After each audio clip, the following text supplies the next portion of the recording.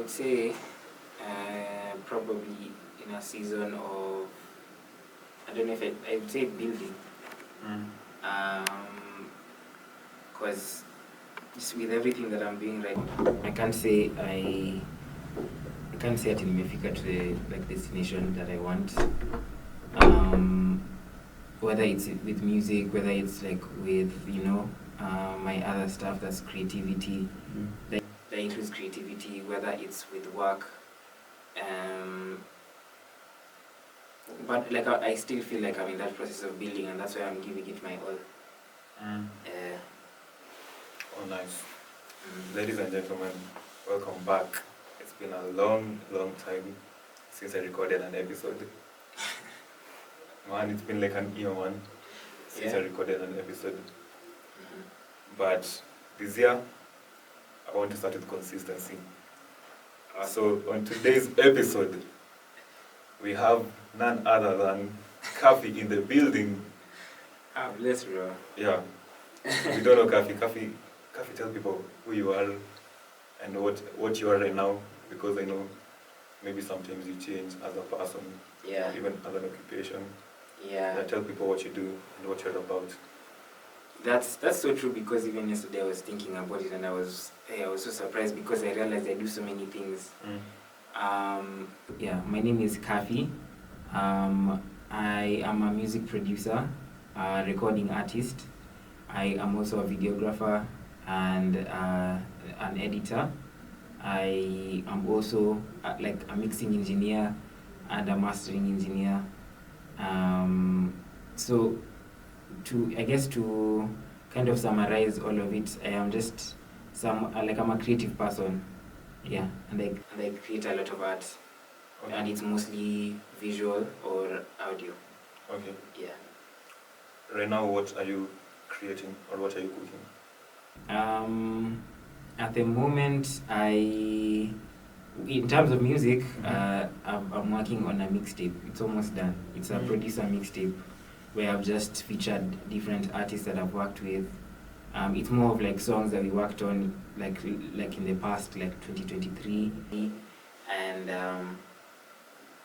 maybe I realized they were going to ningebaki tu kwa laptop, so ni better nizi put out. Yeah. So I want to do that as I also work on probably my own album and a joint tape with someone else.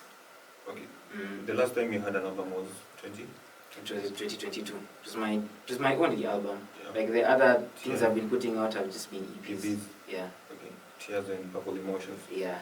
So this year, should we expect an album? I mean, maybe. I think if everything goes well, I know for sure at least an EP will go out, and I want whatever I put out to be, if I do put out an album, I want it to be the same level or even greater than what I put out back then. Yeah. So I am not the type of person who would rush an album, but I can give you something of the same level if it's an EP. If it's a 4-song, 5-song EP, it can be the same level. The only difference now is it's probably going to be my own voice on the songs, not necessarily me featuring other artists. Yeah. Even in terms of quality, I feel like you're very deep on quality, because you played me some unreleased and then I'll tell you this is fire, and then you're nah, there's still some fine tunings that needs to be done. Why are you so big on quality like that? But I feel like the sound, as long as the sound is good, you're good. I think based on my experiences, I've come to realize sometimes we just put out things because they're it's good enough. But then I don't know, if you want to, even if you look at the people that you enjoy listening to, the artists that you enjoy listening to, they're not putting out things that are it's good enough. They're always pushing themselves, or they are making sure whatever they're putting out is the best quality. I feel like it's okay to start out where you just we are putting it for two. But at some point, if you want growth, you have to be at a position where you present and people are oh shit, this is crazy. This is legit. Yeah. So I feel there's been times when you may put out something to Evo just for just to put it out. Yeah. But I don't think I'm at that position anymore. Like we're getting older. Yeah. Lazima you put out your best. I feel like the reason why I also took a break was because what I was putting out in terms of podcast content was not all that. I feel like the visuals were not good. The sound quality was bad. I was editing it. I'm doing my best to try and refine it, but then the final product is still bad. And then some people are telling me, you just put it out, you'll get better with time. But then I'm that person who, like, I'm putting myself in my audience's shoes. Yeah. I'm like, I will not listen to that. You know, like, you're listening to something, there are people laughing at the background, some doors are banging. So I was like, nah, let me find a good space, and then, let me take my time. Yeah. Honestly, I commend you for that. That's exactly what I mean. Like, you need to grow, and for you to grow, you need to make some changes. So I think that's the same thing for me. Let me ask you, what about me taking a step back and then restructuring, and the person who is just doing it? You get me? Like, there's this creator called Majembe.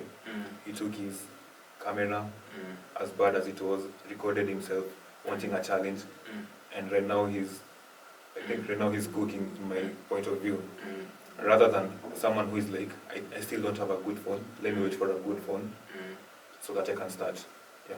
I think that is like, let me wait. Like, it's more of, yes, okay, ni sawa if you don't want to put something out in the what is it called? In the situation you're at, but I feel like you can still do something even in the background. Yeah. Like, it doesn't mean just because you're not putting anything out now you're just seated and doing nothing. I feel like for both people it's possible to grow. Like, for the person who decides, let me continue with what I have, and then look mbele, it improve.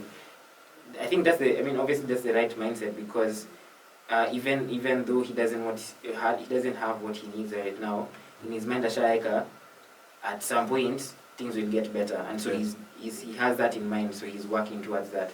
And it can be this for the person when he'll do it in behind the scenes, because if you're someone who's doing it behind the scenes, it can be let me take a break, let me, I don't know, get a job, save up for a camera, and then start. Because either way, bado utakuwa invest into something, and I think the only difference is the person who decides to start with what he has is at a growing skill faster, and then you experience the problems faster. Yeah, exactly.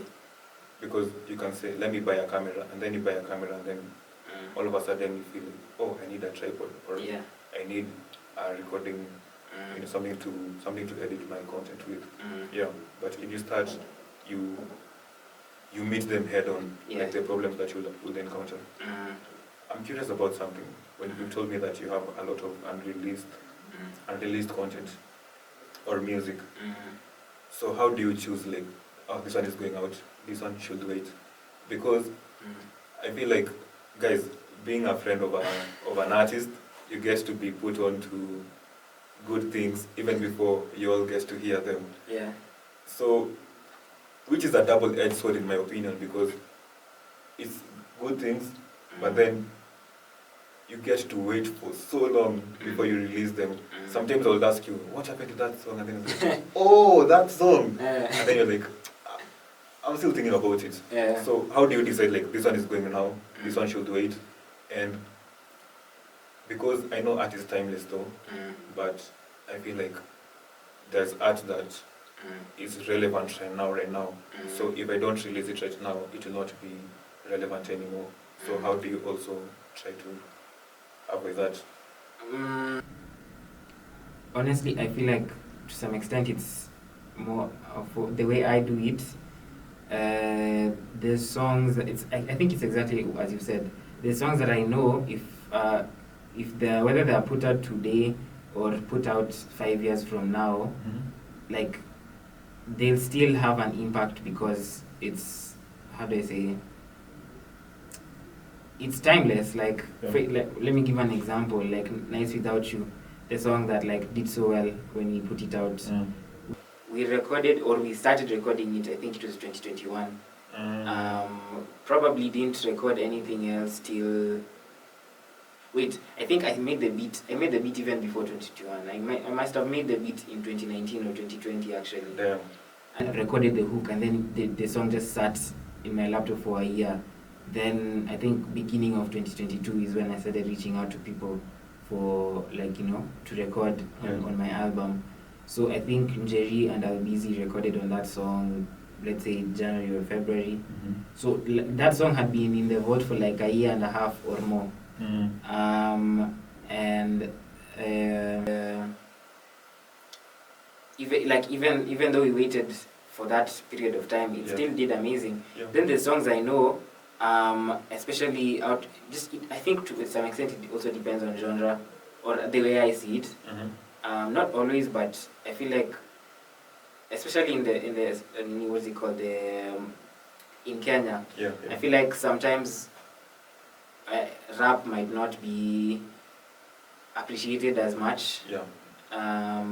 Or maybe, I don't know. I mean, it gets some forms of rap.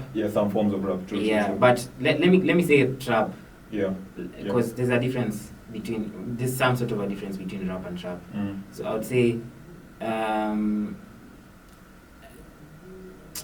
don't know. At the end of the day, like, you never really know whether if you put out something, it's going to work or it's not. But for me, let me just speak to about myself.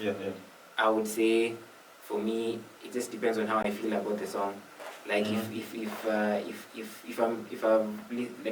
listened to the song and I feel like I really connect with it, then I'll wait for the perfect time. I've listened to the song and I can recognize it's a good song, but I don't necessarily feel a connection. I'll either release it right now or just put it somewhere in the vault. It might never be heard by anyone, or it might. So yeah, it depends on whether I have a connection.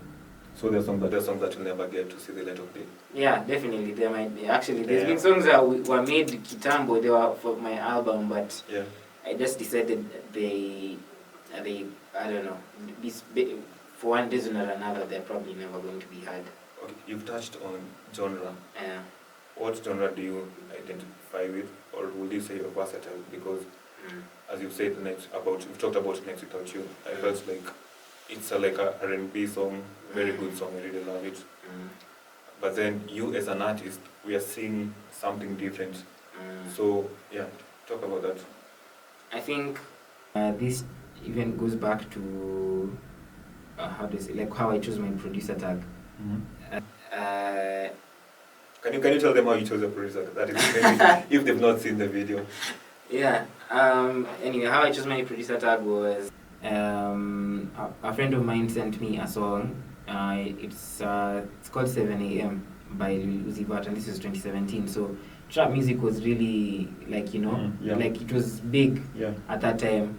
But I didn't necessarily, like, I liked the song, but I didn't think much of it.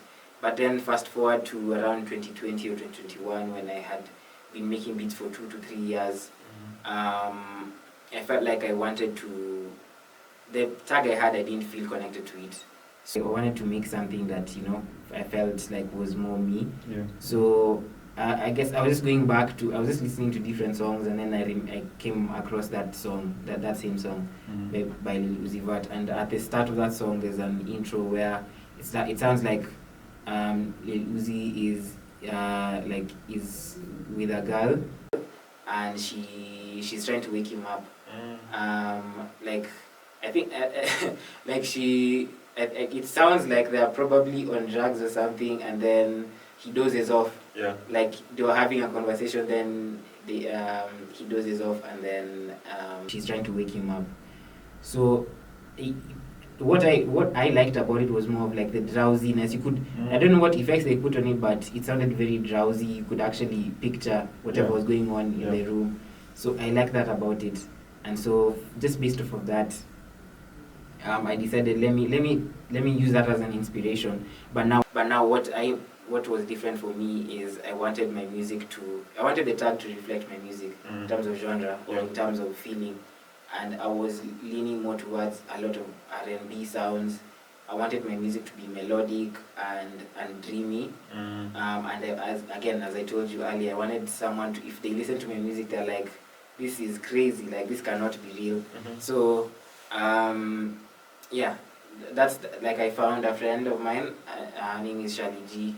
We came up with ideas, and eventually we chose one, and she recorded me a bunch of takes, and then I took one of them. Yeah, so the reason I started out with saying that, talking about my producer tag is, considering I wanted my music to be melodic and dreamy, I would say my personal music is more, it can be trap or it can be R&B, but it's always melodic. Like, it can even be Afro, but it will always be melodic. But when I'm working with other people, other artists, as a producer, I'd say my style is definitely more versatile, because I've made so many genres. If you go back to my discography, you'll find rock, you'll find trap, you'll find amapiano, like you'll find whatever. The only thing you probably won't find is reggae, but I've made reggae for people as well. Damn. Yeah, so my personal music is definitely more leaning towards R&B and trap. You see how Metro has different tags. If your Metro doesn't trust you, I'm gonna shoot you. Yeah. Metro. Yeah. Like, what about you? Have you thought about it? I have actually had one. It's just that people haven't had it before, because the tag, like I've only put it on specific songs, and those songs haven't come out yet. But I have, there's the one that I've talked about, the Shali G one, and then there's one with Kxffy. And it's more, like it's kind of similar. He says the same thing, but he just says must be dreamy. And I want to do more, definitely. I think probably I'll actually see if I can put that one in the mixtape. Okay. Yeah, because no one has heard it properly. Okay, so let me tell you. You as a creative, let's go to that. Let's zoom out kidogo. You as a creative. There's something I've been struggling with, is I've been trying to put out content, but then it's not getting the eyeballs that I would really want. Yet I've put a lot of effort in terms of editing it, even if it's for myself and other companies that I'm working for. So you as a creative, when the numbers don't hit the way you want, where do you find meaning in your creativity? I think, especially before I started, I think, how do I say, the position I'm in right now, I've gotten to learn a lot from people, because I'm a videographer and editor for Financially Incorrect. And let's go. Yeah, and just based off of that experience, and even experience from learning from other people, I've grown older, and as I've done work for other people, I think I've come to realize I'm at a place where I as far as with my own content, I want to make stuff that's so good it's like a movie. Like I want someone to watch it and genuinely enjoy it for what it is. And I know just with how social media is right now, it might not pick up immediately, but even if it doesn't pick up, I'll know even if I'm watching the video, I'm like, this is I don't know why I didn't pick, but this is some good stuff. So I feel like for me, I totally understand where you're at, because I have been there as well. And sometimes I still do go back there where I've put out something and then I'm looking at the numbers and I'm like, Allah, like why isn't this thing doing better? But I think what I've learned to do is learn from those things. How do I say, look at go to my page and see what have I been posting that's been doing well, and what have I been posting that's not been doing well. And then there's even within that there's things that you've been posting, they've not necessarily been doing well, and they've also not necessarily been doing bad. So for me, I realized the content that does really well is when I'm trying to put on people to Kenyan music. That does really well. We should still continue on. I want to. But then at the same time, the thing with that is people don't necessarily get to learn that much about me or my own music. Then there's content that doesn't do really well. I think especially when I was starting out on TikTok, like they get ready with me, they like spend a day with me.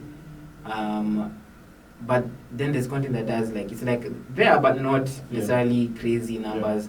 And for those ones, I realize it's the ones where it's like I'm trying to introduce myself, like as Kxffy, where I'm telling people about the background of my story.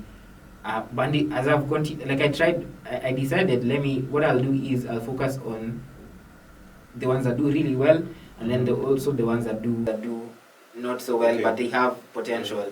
And so figure out what can I do to refine them. And I think even with the past video that I did like last week, I realized, like I've done something right with this one. So I think it's more about looking at what you've posted and seeing how you can refine it, and that's what I've done.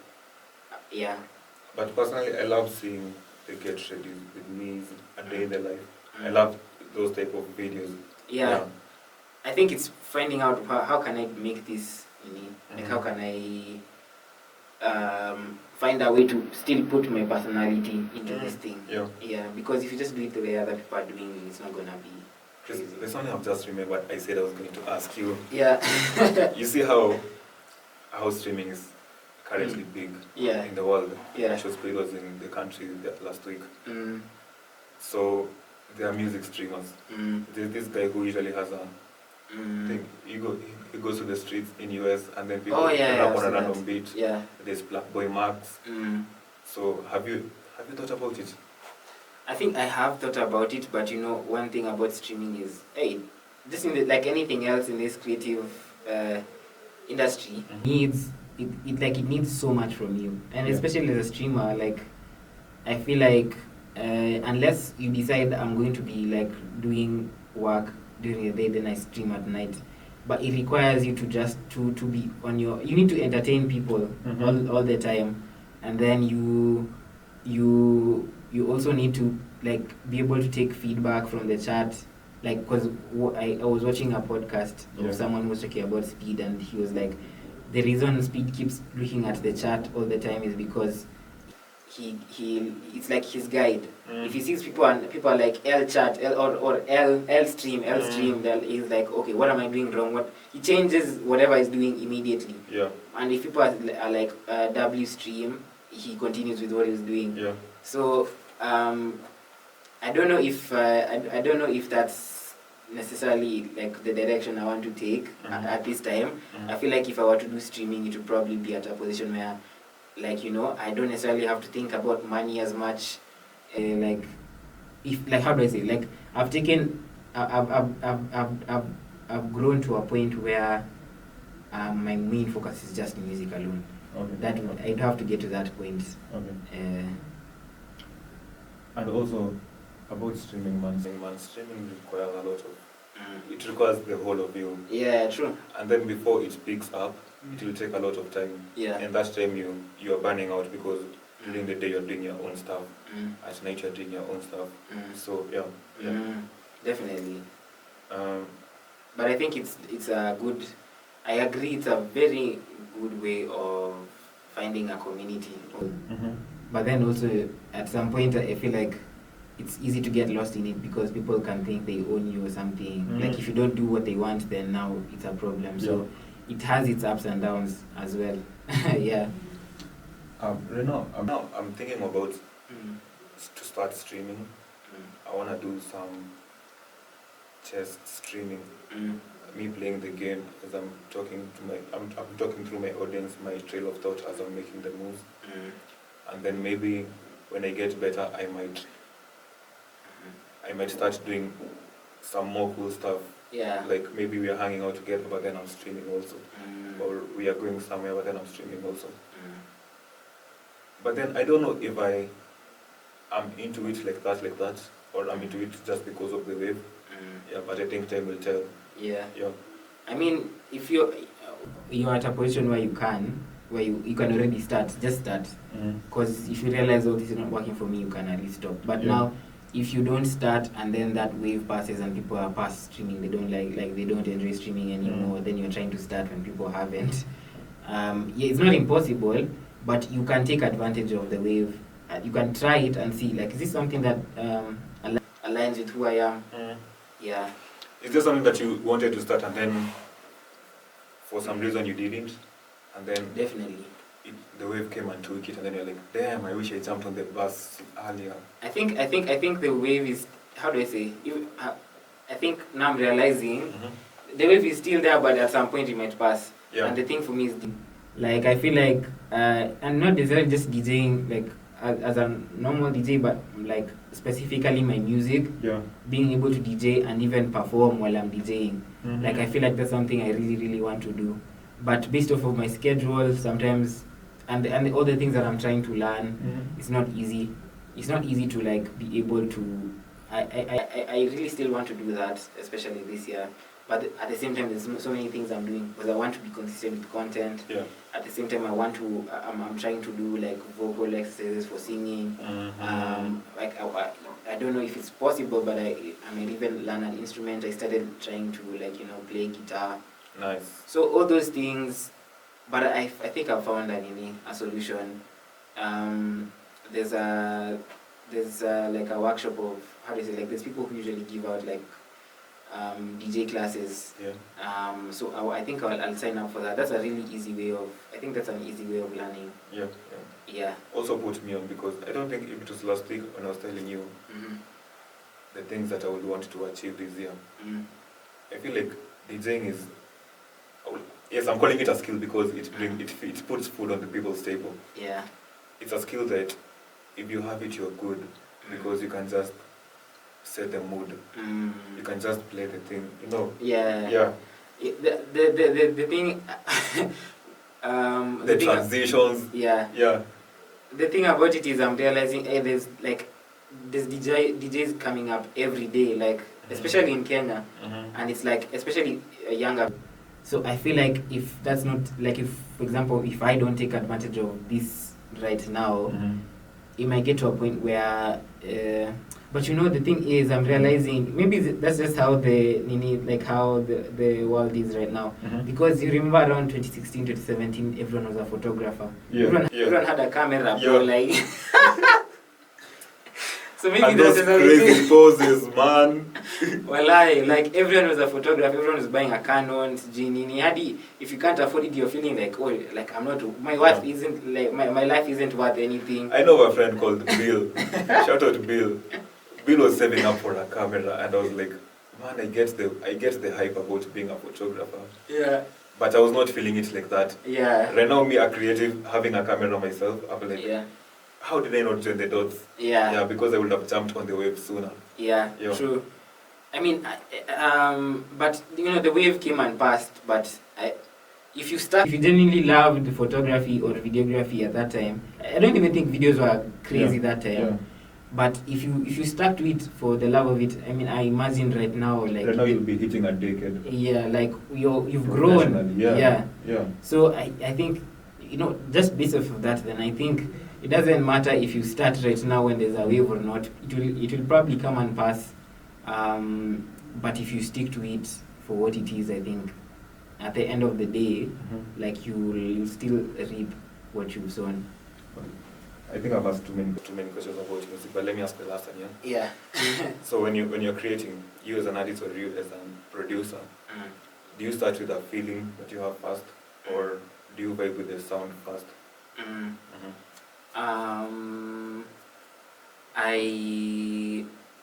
For me, okay. Now I think the way I've been doing it is I might see, how do you say it? Like I've started to change. For the longest time, it was just based off of feeling. Like I'll just sit on my laptop and start making something, and then see how it goes. So that would basically mean I would not know what I would end up with at the end of the day. To be, I started with a trap beat, then it ended up being R&B or something. Yeah.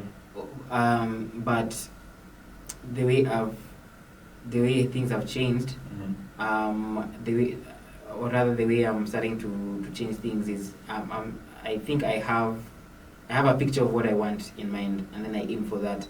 And that can look like I have a reference track. Like let's say it's a song I've listened to and I like it and I want to make something similar to it. Yeah. So that I can visualize that as my end goal, and then use that as the inspiration. That's number one. And then number two is, if I'm making music for, let's say if it's my album or my tape or my friend's album or for a client, then that means I already have a picture of what I want Yeah. at the end of the day. So yeah, that's how I usually do it. I want to ask something about you having an 9 to 5, but before we go there, what's something about yourself are you learning or unlearning? And also, in what areas of your life do you see growth? Yeah, and in what way? Have I seen growth? Yeah. Okay. I think for me, what I'm trying to learn, I don't know if, or unlearn really, is I'm trying to be present in all moments, like in my life, because I think it had gotten to a point where if I don't like, let's say if I don't like a situation, like let's even take it back to maybe being in uni. If I don't like attending classes, maybe I might just zone out the whole class. Like I don't listen to anything. But now in the real world, if I'm maybe anxious about something that's going to happen tomorrow, I get so anxious about it to a point where I like whatever I was doing in the moment, like I completely forget, or I don't do it to the best of my ability because I'm worried about something else in the future or maybe in the past. Yeah. So for me, I'm trying to learn how to be present and appreciate every single moment as it is, and not let either worry or anxiety take a front seat in my life. Yeah. So that's definitely one thing. And what's the other question you asked me? Oh, like on that what you said, I feel like being in the present, because sometimes we all have expectations for what we expect in our lives. Yeah. Like at this certain age, I wanted to do this and this. Why am I not doing it? So you end up worrying a lot instead of getting to enjoy the presence. Yeah. The present. I used to struggle with that a lot because I'm like, I'm not graduated yet. Hopefully this July. I'm like, I'm supposed to be graduated. I can't take a demanding job because I'm still a part-time student. And I used to worry a lot about these things, only to be like, I wish I could just really enjoy what I have right now instead of worrying about tomorrow. Because is what I'm doing right now making sense to me? Yeah. Is it making me a better person, and will it make sense in the future? Yeah. So why am I not being the present? Yeah. Okay. The second question was, how are you seeing growth? How am I seeing growth? I think I'm definitely seeing growth in terms of my skill set. A year ago I could not shoot like with a camera. Like maybe I knew a bit, like a few things, but I had never really had the experience. But right now, I feel like you felt like it was not for me. Yeah, at maybe. That point, because you felt like, there's someone who is better at that, so yeah, I can do it. Yeah, probably. Yeah, I had not really had the experience, and then probably also the experiences we had in school. I just imagined a videographer as someone who's like shooting films only. But then I'm realizing if I have the skills of a videographer, I can use it in a different way. Yeah. I think that's what I'm doing right now. Yeah, I've seen you directing music videos. Yeah. Yeah. So there's that, and then seeing growth. I would say also individually, like there's things that I decided to let go of in the past, and based off of that,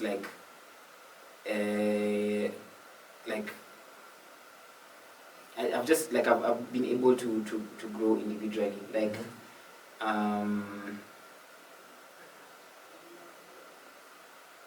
I think specifically with just unlearning habits, like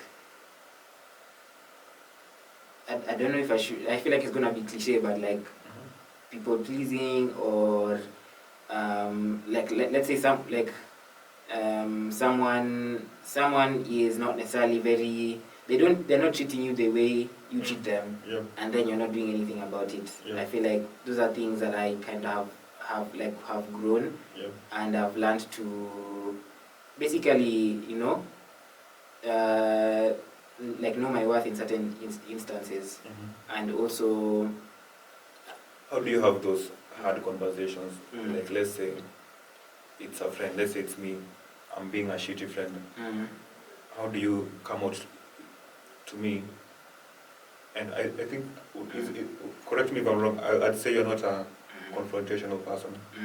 So how do you do that without also coming as rude or coming as too one-up on someone? I think it also depends on what the relationship is. There's people, I could be wrong for this, but there's people who, like, you know, they might be open to a conversation, then there's people who are not open to a conversation. And so if you know someone is open to a conversation, you can just try your best to, like, do it in your own best way. Like, just think about it, like, how can I best approach this person about this problem? Like, and just make it clear to them that you're not trying to cause conflict or, you know, attack them or anything. You are genuinely doing this because you care about the friendship. But now if it's someone who, like, is probably not going to be open to it, I think you can at least give it a shot. Like, give it one shot where you try to like, you know, be like, be as friendly about it as possible.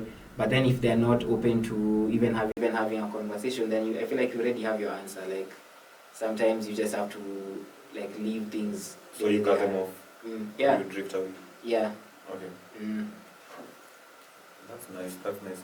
I think it's something that I'm also struggling with. Yeah. And it's not easy, by the way. Sometimes you really care about someone. Like, I've had to, there's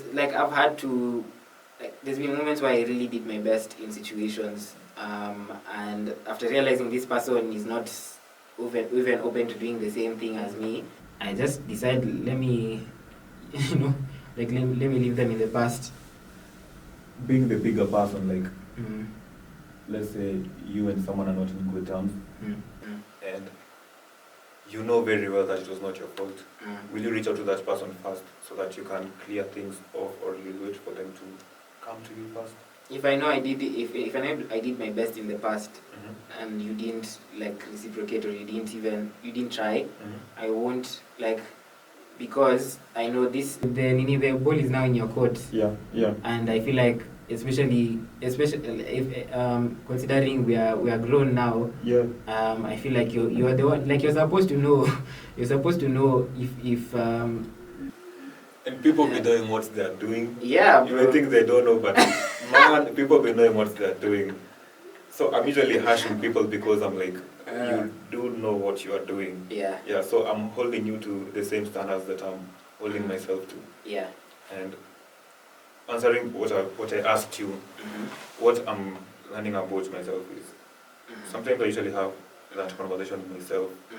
I'm trying to replay moments that happened. I'm like, what I did there, was that okay? How can we do better? Or I did good. What was good about it? What made it play well? Yeah, so that's what I'm learning about myself. Okay. Getting to know myself is really interesting. Yeah, I'm really enjoying that, and also striving to be 0.01% better than the person that I was yesterday. Yeah. Okay. I think that's I'm really happy for you in terms of that, and I think you definitely cannot be the same person you were like a year or 2 years ago. Yeah. Like, we have to grow. So yeah. Have you been in a situation where maybe the friends that you had like 3 years ago, of course in 3 years you've also grown, you feel like you've outgrown them, but they're still your friends, or they still share a part of you so close that you really treasure. But when you're hanging with them again, you feel like this I'm in the wrong group, or I'm in the wrong place. I want people who want to better themselves, or who strive to be better. So when you outgrow those type of friends, and then they start like, hey, Kxffy, squeeze not fun. Yeah. How do you deal with that? For some reason, I can't really think of situations that I've felt that way. But I think if I were to imagine such a situation, I would say, I think with the way life is, sometimes you can't some things are like you can't, even if you try to go against it, it will work against you.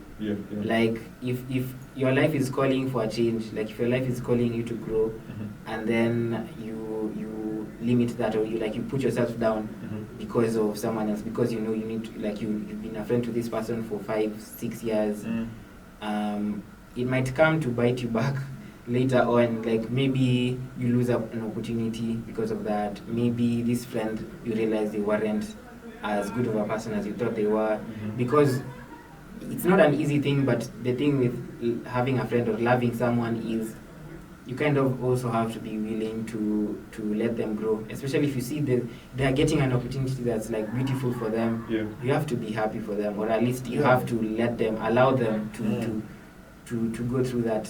And I feel like most people usually have that fear of maybe someone will outgrow me. So we tend to act as crabs and pulling each other down instead of clapping for your friend. And that should inspire you even more to work hard on your shit. And then so that we can find each other at the top.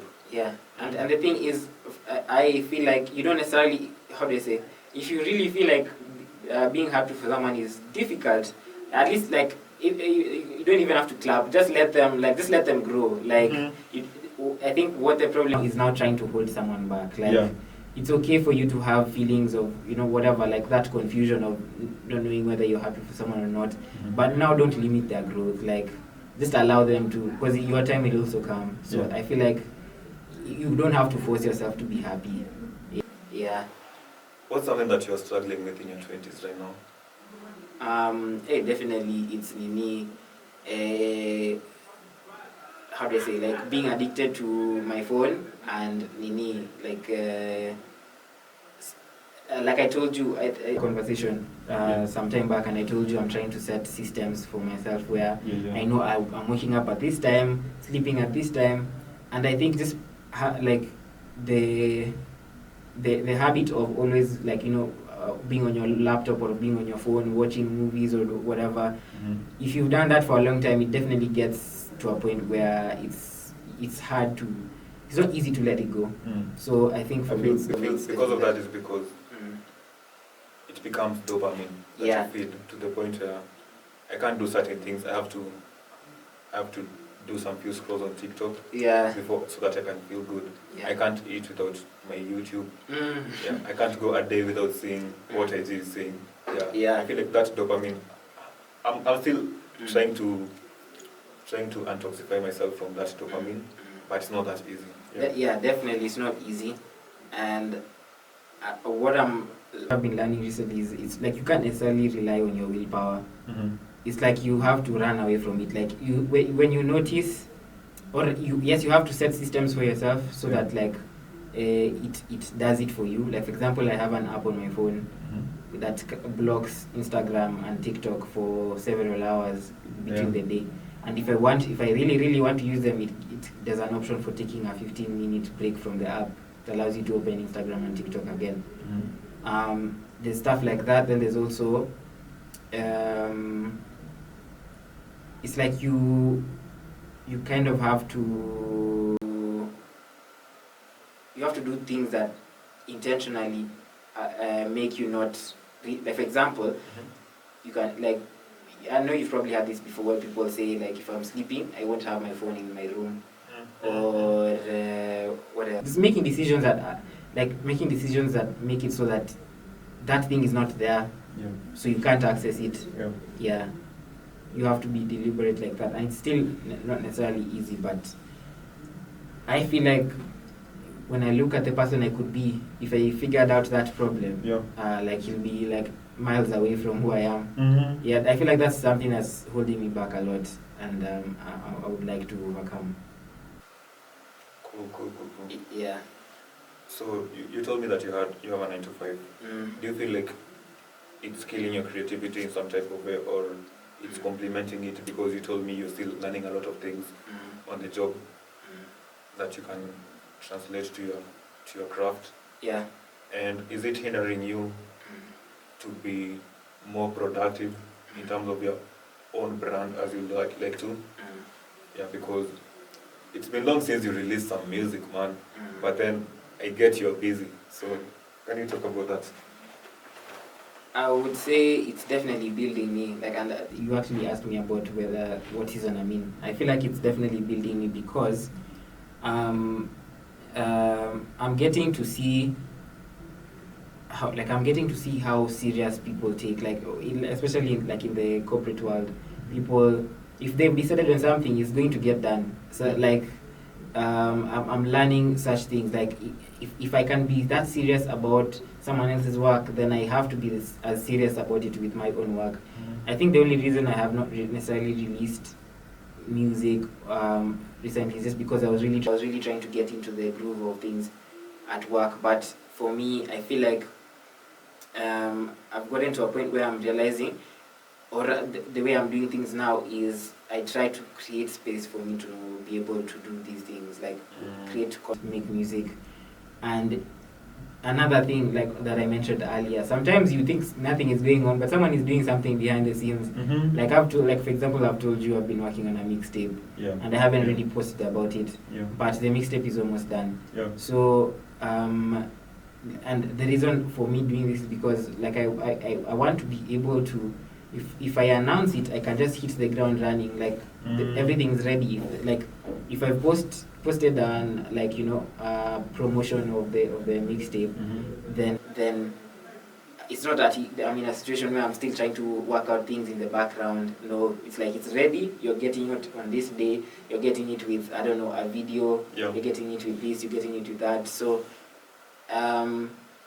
it's taught me, like being in, like doing the work that I'm at the moment, it's teaching me about consistency, and it's teaching me about discipline, and I'm also getting to the reason I feel like it's definitely not taking from my creativity, because it's still within the world of what I'm doing. Like I still get to meet a lot of people in the creative industry.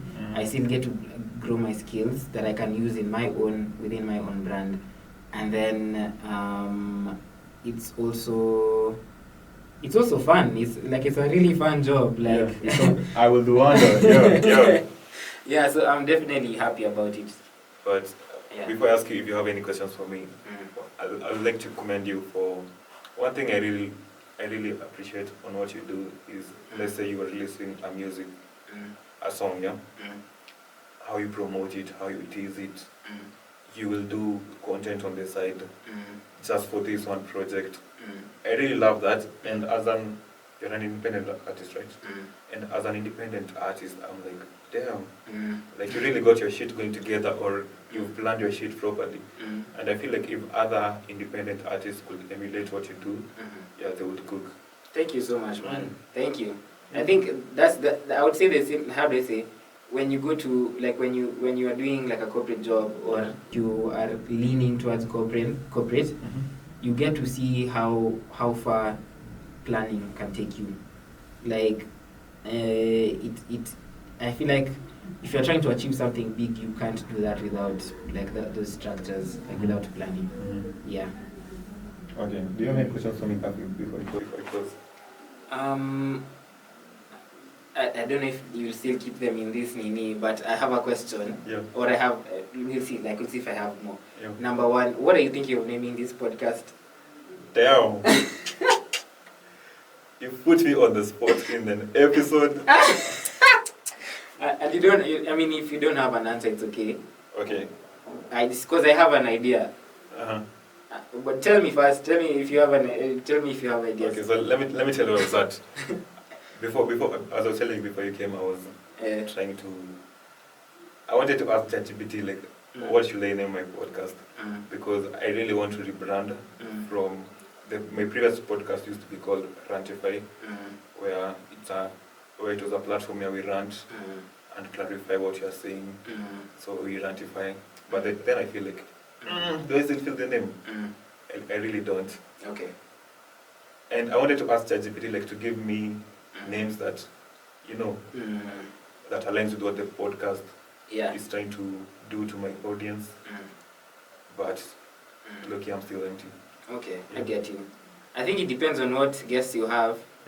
But the idea it just came up while you were talking. The idea I have is the catch up. Nice. Like, because it's more of you're sitting down with someone, like getting updates of who, like whatever's going on in their life. Yeah. It's like stuff like that. I feel like it depends on what you're leaning towards, and especially who your guests will be. Guys, welcome to the catch up. Episode 1 featuring Kxffy. Yeah. I really love that name because most of my friends, you know, life is lifing. Yeah. So we have this big arc where I've not seen someone for a whole year, but we're still in the same city. Yeah. So I usually tell them, like, I will call you on the pod and then we catch up. That is always the conversation. Right now, I was talking to my friend. You had the conversation. I was telling you'll come to the pod, we catch up. So welcome to the catch up. Nice, man. Also on the spot, Kxffy, could you make us like a theme song for the pod? What do you think about it? I feel like maybe not a theme song, but probably like an instrumental. Yeah, because I feel like the thing with the theme song is like it definitely requires a lot more time because you have to write it and all that. But an instrumental, I think it's more. I think an instrumental is best. But as we are closing up, man, we're around 52 minutes. Yeah. What are you looking forward to as the year unfolds? Looking forward to releasing more music. What else? I would say with people, like whether it's my friends, whether it's my family. I think, as I told you earlier, I want to be more intentional, be more present. So I definitely look forward to be more present. So I definitely look forward to getting to know people even better. Like even if it's someone I've known for a while, I'm still trying to be more present about like getting to know them, being intentional with being more curious. Yeah. For that, one thing I want to do this year more is maybe show up for my friends a lot. So maybe if you're having an event, call me up, man. Okay. I'll for sure come through. So thank you for gracing this podcast today with your presence. Bless, man. We really had a very good conversation, and I hope we'll be having more conversations. Definitely. When you release like a big project, you're going to be here again. Yeah. Yeah. For sure. That's why it's called the catch-up, because I don't think there's a limit to the times someone can come through. So definitely, I feel like we can have another conversation. So guys, that has been the catch-up, episode 1. This will be on YouTube. Yeah, okay. So if you've not subscribed, please subscribe. Help the boy reach 1,000 subscribers. And my IG is at OHKECH. Kxffy, tell us your socials as we close. Oh yeah, so Socials as we close.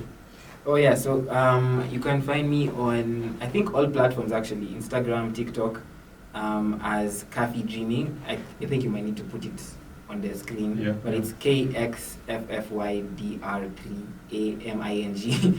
It's Kxffy Dreaming, but it's spelled differently. I think that's all. Oh, closing remarks. Martin short. One more thing I wanted to say was you can also find me on YouTube as Kxffy. I'm really looking forward to where this podcast grows. Like, I'm excited for you. I'm excited for all of us because I feel like one thing I've realized is all the people that we've been around over the past few years, like everyone is doing their own thing, everyone is growing, and I'm so happy to see that. Like whenever I see someone doing like big things, I'm like, wow, like I'm so proud of you. So I'm also happy to see. I'm happy to see this growth. I'm also being intentional with my own growth. So I just wish the best for all of us. Thank you guys for having us for 57 minutes, man. You have just been there listening. Yeah, thank you, man. Thank you. Stay tuned to more episodes, to more guests, to more good conversations, and to bring value to you. Until next time, this has been the catch up. Bye bye. We out. Wait, do you think you can, when you're editing, you can put something in there? Yeah, like. I wanted to add where they can find my music. Oh. Yeah. We're not out yet. Kxffy has something. Oh yeah. So I before I completely forgot, but I also wanted to plug you to my music. So if you like R&B, if you like trap music, if you like Afro, you can go check out my Spotify or my Apple Music. You can find it under Kxffy, Kxffy. And I'm also about to release a produce a mixtape soon. So stay tuned for that, and you can follow me on it. Yeah. Tumemaliza.